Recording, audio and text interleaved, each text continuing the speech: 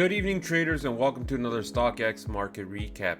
So in today's market recap focus, I want to go over our entire weekly analysis.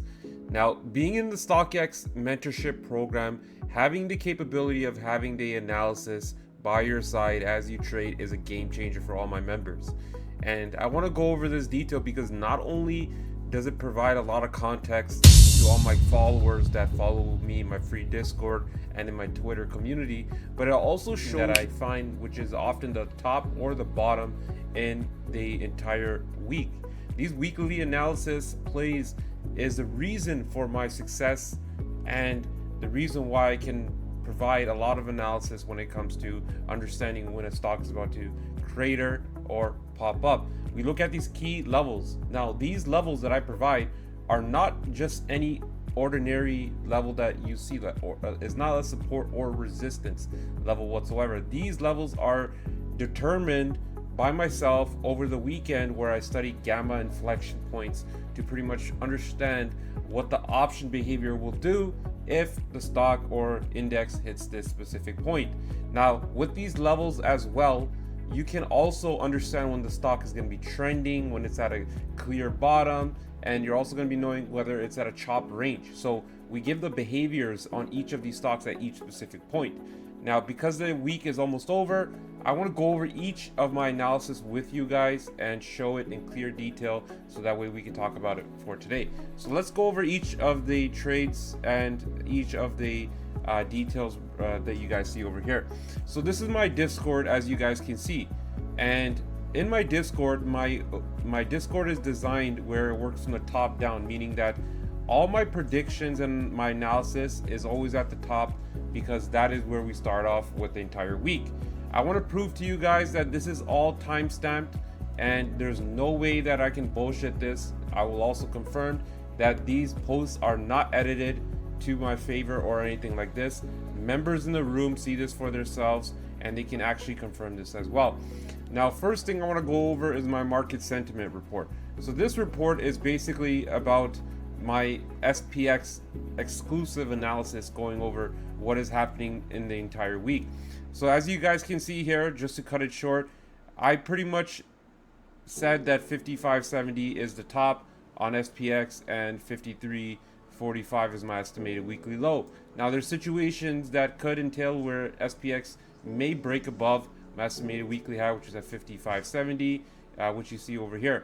This blue line is indicating the start of the week. Okay, so this is the start of the week on Monday, 9:30. So you guys can see where it starts. Pretty much we started over here. Okay, so these are all my inflection points I talk about. I also talk about premiums. I don't really need to discuss that, but this is a graph that I first started off with. Okay, so you can see in this purple range that you see right over here is my chop range between 54.85 and 54.22. That's approximately where SPX was trading. It was very choppy in this range here. You know, you do see a point where it hits the top and then it works its way lower and so forth. Okay, so that's a chop range.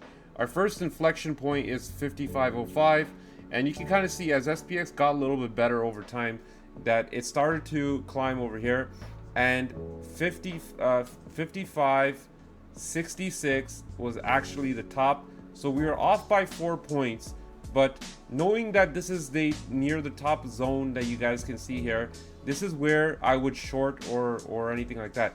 Now, I was planning on shorting at this point here, but I have my wedding happening in 2 weeks, and literally the moment I was about to enter a trade, I got distracted. Okay, but a lot of members took shorts here and they made wild returns from this point on all the way down to this dump that you guys see over here. Okay, all these levels are shown here, and you can see that it's not edited, and you can see here that it's time stamped on the 28th, which is before the start of the week, and I provided this analysis on a Sunday. You can see here that the behavior between 55.05 55.47 is my bullish chop range. So it was chopping over here, it started to pick up, and then it was not able to break 55.70 during FOMC, and then boom, worked its way lower. Okay, now the next thing I want to go over is Tesla. So Tesla, as you guys can see here, so if we go on our Tesla chart, where's Tesla? Okay, so Tesla is right over here. Okay, As you guys can see here, Monday 9:30, this is the start of the week, and pretty much my estimated weekly high on Tesla was 240. It was not even close to getting there. I didn't bother playing calls here because pretty much Tesla was trading in this chop range. So if you're a trader and you're trying to figure out, okay, do I jump into Tesla? What do I do, right? You can pretty much see here that Tesla is not hitting any inflection points, and it's pretty much trading in this chop purple range here, which I have established right over here. Okay, so this is pretty much where Tesla was at, and in order for me to really see confidence in Tesla, I needed to be above 240. So I did give a put on this play later today, which was a 220 put, and that was given to my free Discord members as well. The 220 puts can work here at about 1. These went to 5 in 1 day, so you got a 500% play that I gave off Tesla simply off that trade idea that I provided there. Okay, so interesting to see that. So using this context here, we established a chop range, avoided trading this because Tesla in a chop range is a bad thing. And you can see over here, it pretty much stopped exactly to the penny right off my 214.62 that I've given over here, which is my level 1 bearish inflection point. So it's a first bearish support, and it bounced right off there. Okay, so let's see that. Now my prediction here based on this for Friday is that if Tesla breaks this 214, it's very possible it could hit 207, which is also a very strong support. But level 2 always confirms trend. Usually there is a bounce on there as well, but if it does break, it's likely to see 200, which is my estimated weekly low into tomorrow. And tomorrow is Lotto Friday, of course. Now the next fun one, of course, is Nvidia. So if we go into Nvidia right over here, you can pretty much see that start of the week was right over here on Monday. Okay, so start of the week, my estimated weekly high was estimated weekly low was 104 and 124. Okay, now Nvidia was very it was all over the place here pretty much, right? So you see here it was chopping between 110 and 114 throughout the entire week. By the way, this is a 30-minute chart, and as it started to pick up, pretty much rejected around my level 2 bullish mark here. Okay, sorry, it started over here, right? Nvidia started pretty bad. It dumped early on, and then when it dumped to my estimated weekly low, it was off by 2 points because 102 was actually the real short. So it was off by 2 points, as you guys can see, 2 points, off my low here. I told my team here that getting Nvidia calls may work as a nice swing on Microsoft and AMD earnings. Okay, so when that happened here, like you can look in the free Discord as well, I mentioned the Nvidia 110 calls could work. So if you believe this is the bottom, the Nvidia 110 calls can work. Timestamped on July the 30th. You can see right over here is at my estimated weekly low, and that was at 1.5. The 110 calls managed to get to around 10 bucks. Okay, so that was 1,000% play that we gave to our members in the free Discord today. Okay, so you pretty much can see how this analysis works. Best time to buy if you guys want to go long is near my estimated weekly lows. These ripped all the way to 119, which is my level 2 bullish inflection point, now back down. Okay, so my prediction with this here, because it hit my level 2 bullish inflection point and worked down, I believe Nvidia might trade in this chop range, but it might open in the green. In my personal opinion, it's going to struggle going around this 112 that you guys see right over here. So perfect analysis. You can see timestamped at July 28th, which was the start of the beginning of the week, and no timestamp there. AMD had earnings. Okay, so these predictions are a little bit different here because I don't give any inflection point. This is the start of the week on earnings plays, but pretty much the gamma told me that the estimated high was 155. It was very close to that point, around 153. Didn't really reach that 155, off by 2 points. But when the earnings came out, it pumped and then it dropped. So my prediction is it's very possible that in AMD, if it doesn't hold here, if If it retests the low of the day at 130, it can test 125 into Friday. So keep that in mind. Now SMCI, also very interesting as well. So you guys can see here that SMCI has inflection points that are above my estimated weekly high. So that only occurs when basically if there's news or whatever the case is. So this is the start of the week pretty much. You see here SMCI stopped exactly at 732 on the beginning of the week here. Okay, that is my level 1 bullish inflection point, very hard to break.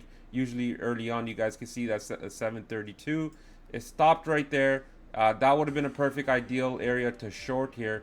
Now SMCI did break my estimated weekly low over time at 680. It did bounce off there, hard to break, but when it broke, you can see that it respected my bearish breakdown range here. Okay, so my bearish breakdown range here says that if SMCI breaks 680, it's possible to see 650. It kind of stopped around at around 660, so 10 points off, but pretty much you get an idea that when my 680 breaks, that's when it can drop, because from 680 it dropped 20 points right off that zone here.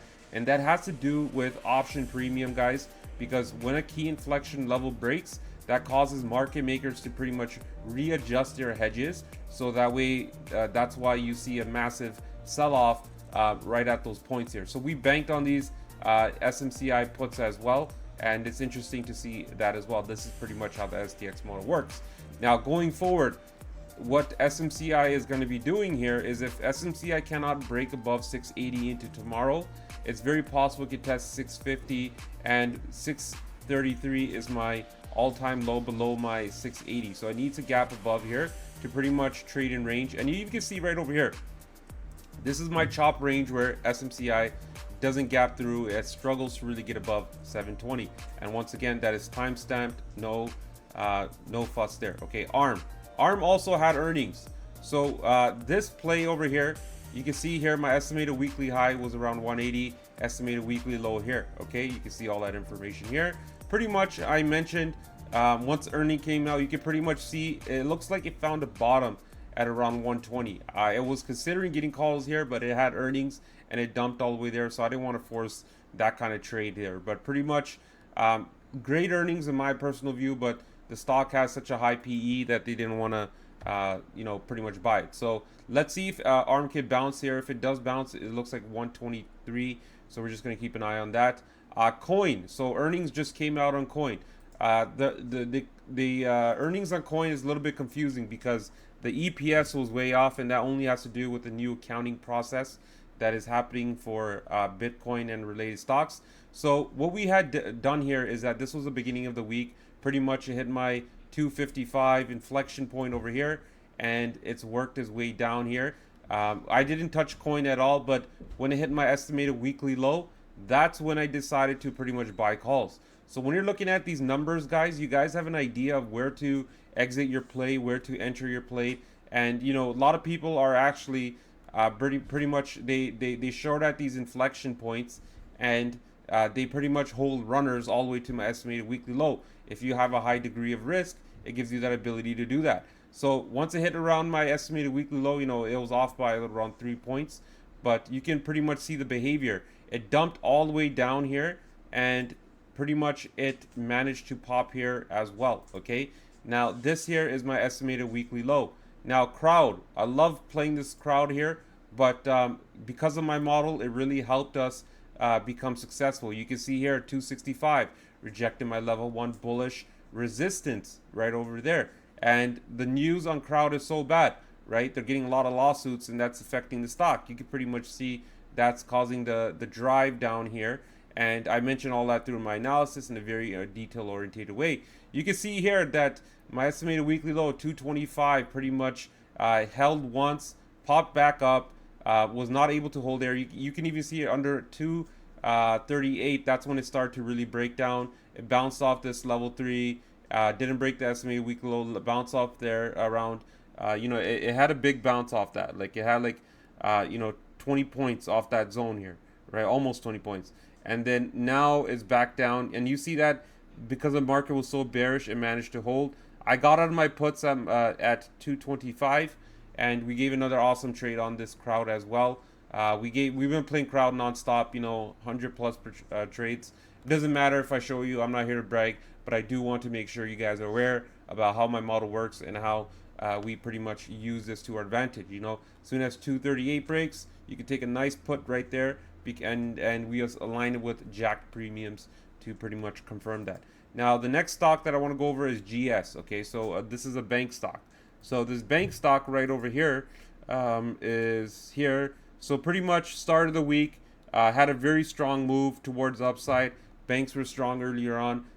Hit my estimated weekly high. We had a member that pretty much shorted near the top here and banked a lot. Okay, so the top was actually at around 216, 217. So off by 2 points, but pretty much nice drop here, and it held that resistance. And you can see here that's time stamped as well, and no edits have been done. ASML is another chip stock here as well. Pretty much this right over here went above my estimated weekly high, 930, off by 10 points or so.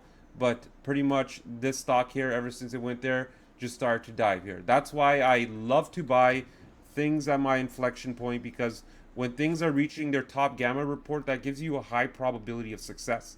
And if you're following my model here, you want to make sure as an ops trader that you have a high probability of success. That's very important. So how can you find this high probability of success? You can find it by joining the StockX mentorship program. Join my private mentoring so that way you can get more details and insights on how this model works.